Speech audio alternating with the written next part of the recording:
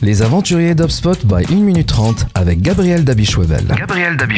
Bonjour à tous, je suis ravi de vous accueillir aujourd'hui dans un nouvel épisode des aventuriers d'HubSpot, épisode un peu spécial où je serai tout seul pour vous parler des usages d'un CRM et des routines à mettre en place pour bien utiliser son CRM. Mais avant cela, je vous accueille dans les aventuriers d'HubSpot, le podcast qui vous emmène dans un voyage passionnant à la découverte du monde du CRM. Je suis Gabriel Dabichwevel, votre guide pour cette aventure et fondateur d'1 minute 30, partenaire HubSpot des entreprises ambitieuses. Notre mission est simple, vous permettre d'accélérer votre croissance client et avoir plus de leads, plus de ventes, plus de satisfaction et plus de reventes. Et pour cela, je vais vous partager aujourd'hui les premiers éléments du livre CRM Process Design que j'écris actuellement avec l'équipe d'1 minute 30, livre qui va s'inscrire dans la collection que vous voyez derrière moi de méthodes d'intelligence collective au service du marketing opérationnel, donc l'acquisition, l'expérience client, les process de vente. Et là, c'est vraiment comment bien configurer, utiliser son CRM, l'intégrer au reste de l'écosystème SI. C'est une bible d'outils d'intelligence collective pour faire des bons paramétrages, pour bien préparer son projet, parce que un CRM, c'est une machine de guerre, si elle est bien utilisée, si elle est bien adoptée. Et c'est ça dont on va parler aujourd'hui. 5 phases sont adressées dans le livre. La première phase, c'est l'initialisation du projet CRM. Initialisation qui passe par définir les objectifs de son CRM, à quoi il sert, de mettre en place une scorecard pour se fixer des objectifs, et puis de benchmarker les solutions CRM et choisir son intégrateur et calculer son total cost of ownership. Deuxième partie qui est la conception, comment je vais organiser mon plan de déploiement, qu'est-ce que je vais devoir mettre en place, comment je vais bien faire en sorte que mon CRM soit le plus aligné avec mes process pour que ce soit le CRM de mon entreprise et pas l'entreprise au service du CRM et de son paramétrage initial. Donc vraiment comment l'adapter à mes process, comment en tirer la quintessence, et puis bien sûr le modèle de données, quelles sont les données, les propriétés à mettre en place, à suivre dans cette organisation-là. Et puis après, on adresse la configuration, la définition des pipelines de vente et de services, la définition des workflows, l'organisation de ces workflows, la définition des tableaux de bord. À chaque fois, on a des outils pratiques pour faire ces conceptions-là. Et on a une phase sur l'intégration. Et là, on rentre plus en détail sur comment le CRM va s'intégrer avec le reste de l'écosystème SI, comment on va organiser la gouvernance des données entre cet écosystème SI, et puis aligner les données les unes entre elles, définir qui a les droits sur qui. Et on finit par cette partie usage qui est la première que j'ai envie de vous partager, parce que c'est du bon sens, parce que si vous avez déjà un CRM et si vous avez déjà HubSpot, vérifiez que vous appliquez les 6 routines dont je vais vous parler ce matin. Naturellement, ces 6 routines, elles sont faciles à mettre en place. C'est des routines quotidiennes, c'est des routines hebdomadaires, c'est des routines mensuelles, c'est des routines trimestrielles et c'est des routines annuelles. Et donc, il n'y en a pas 6, il y en a 5.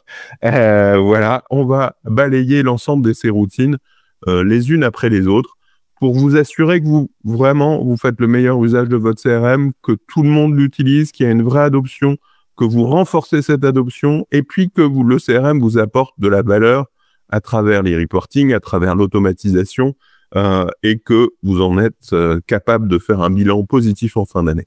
On va voir tout ça en détail, et je commence naturellement par les routines quotidiennes qui sont là pour assurer la précision, la cohérence et l'actualisation des données dans le CRM. Donc, bien sûr, tous les jours, vous devez mettre à jour les données, chaque utilisateur dans son service, les équipes commerciales, le service client, le marketing, saisit des nouvelles informations de contact, met à jour le statut des opportunités ou des tickets, et remplit comme ça ce CRM, idéalement en utilisant l'IA qui va, à travers des comptes rendus de réunion, si vous avez un enregistreur, transcripteur, comme Lixi, notre partenaire, ou comme Aircall, tout ça va nourrir naturellement le CRM et éviter la saisie de données potentiellement fastidieuses ou incomplètes. Il y a aussi un vrai enjeu qui est d'assurer d'éviter les doublons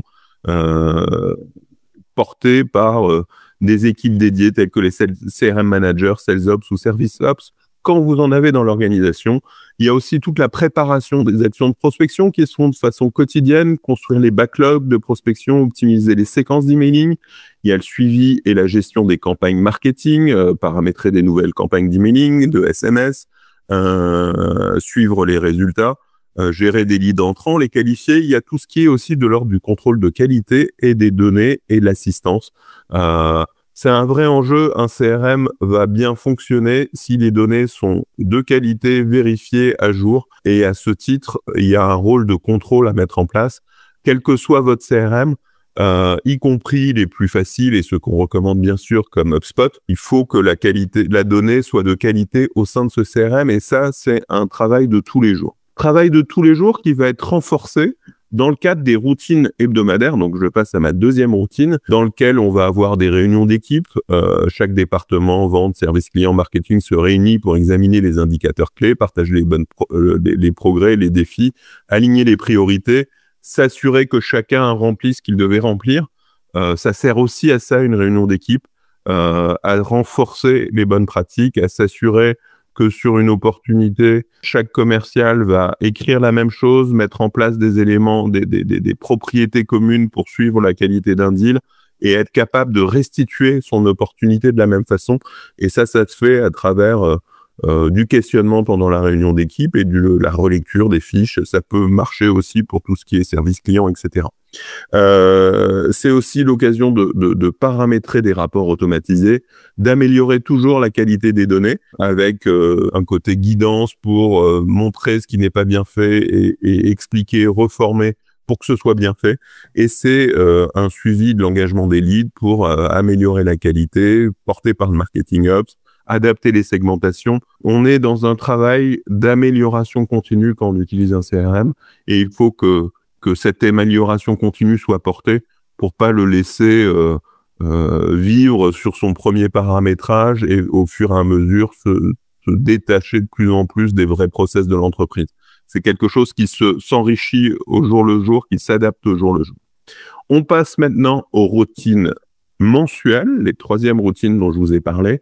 Et là, on est plus dans une vraie évaluation de l'activité par rapport aux objectifs et aux précisions, un ajustement des stratégies en fonction des résultats et maintenir une vue d'ensemble consolidée. Il s'agit des réunions de direction. La direction, les responsables de chaque département analysent les performances mensuelles, identifient les tendances, ajustent les stratégies pour maintenir et aligner les objectifs. Là, on est vraiment dans ce rôle de BI, de business intelligence que peut apporter le CRM avec des tableaux de bord complets. C'est une bonne pratique de les revoir tous les mois.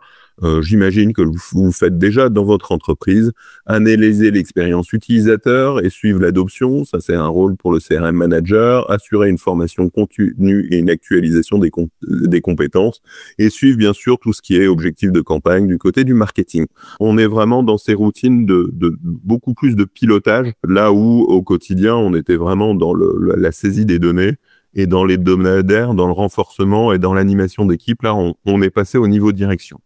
On passe à la quatrième famille de routines, les routines trimestrielles. Là, encore un cran au-dessus en termes stratégiques, sur des questions d'amélioration continue, sur du suivi de la scorecard CRM. Je vous en ai parlé tout brièvement sur la partie initialisation, où je vous disais que c'est important de se fixer des objectifs pour son CRM, de s'assurer que le CRM allait apporter des bénéfices aux clients dans la relation client, allait apporter aussi des bénéfices en interne en termes de gain de temps, de gain d'efficacité, et puis bien sûr des bénéfices financiers. C'est l'occasion, une fois par trimestre, de vérifier que ces objectifs et qu'on suit ces objectifs et qu'on atteint nos objectifs sur la mise en place de ce CRM et sur le retour sur investissement de ce CRM. C'est aussi l'occasion de travailler l'alignement interéquipe. Le CRM, c'est un outil qui permet d'aligner marketing, vente, service client. Et c'est l'occasion de s'assurer que les objectifs, les processus restent alignés une fois par trimestre. Mettre à jour des propriétés dans le modèle de données, mettre à jour les segments. On est dans quelque chose de plus stratégique. Et enfin, les routines annuelles. Les routines annuelles, une fois par an, c'est l'heure du bilan. Donc, c'est réaliser un audit et un bilan de fin d'année, définir la stratégie CRM pour l'année à venir, aligner toujours les pratiques. Donc, c'est l'occasion de faire un audit complet de son CRM, de vérifier que tout le monde l'utilise bien, de s'assurer que tout ce qui est mis en place soit utiles et les bonnes conventions de nommage, supprimer les éléments obsolètes, ajuster les configurations et puis élaborer la stratégie pour l'année prochaine. Qu'est-ce qu'on veut faire avec son CRM? Est-ce qu'on veut, le cas échéant, rajouter de nouvelles fonctionnalités, l'intégrer à d'autres éléments du SI, rajouter des éléments du SI avec lesquels il faudra l'intégrer, mettre plus d'équipes sur le CRM pour continuer à aligner les process, utiliser plus d'intelligence artificielle, c'est quand même le vrai sujet du moment et c'est un vrai sujet pour 1 minute 30, c'est de vous aider à bien utiliser l'intelligence artificielle. On vous parlera en 2025 du concept collective grosse. J'en dis pas beaucoup plus aujourd'hui, mais retenez intelligence collective, CRM et intelligence artificielle au service de votre croissance. Ça, c'est pour l'année prochaine, en 2025. Voilà, j'espère que j'ai été clair sur ces sujets des routines quotidiennes, hebdomadaires, mensuelles, trimestrielles, annuelles, pour bien utiliser son CRM. J'espère que vous avez beaucoup appris avec moi, parce que c'est pas notre aventurier du jour, ni Rémi. Si, comme nous, vous pensez que le CRM est une aventure et qu'il faut être bien accompagné, contactez-moi chez 1 minute 30. Mais avant de partir, n'oubliez pas que l'expérience est meilleure lorsqu'elle est partagée. Alors après l'épisode, relayez vos découvertes avec d'autres aventuriers et n'hésitez pas à liker, à partager et à laisser un commentaire sur la plateforme où vous consultez ce podcast. Merci beaucoup et à bientôt. Vous pouvez réécouter tous les épisodes de notre podcast sur Spotify, YouTube et Deezer. Vous pouvez aussi visiter notre site web 1minute30.com.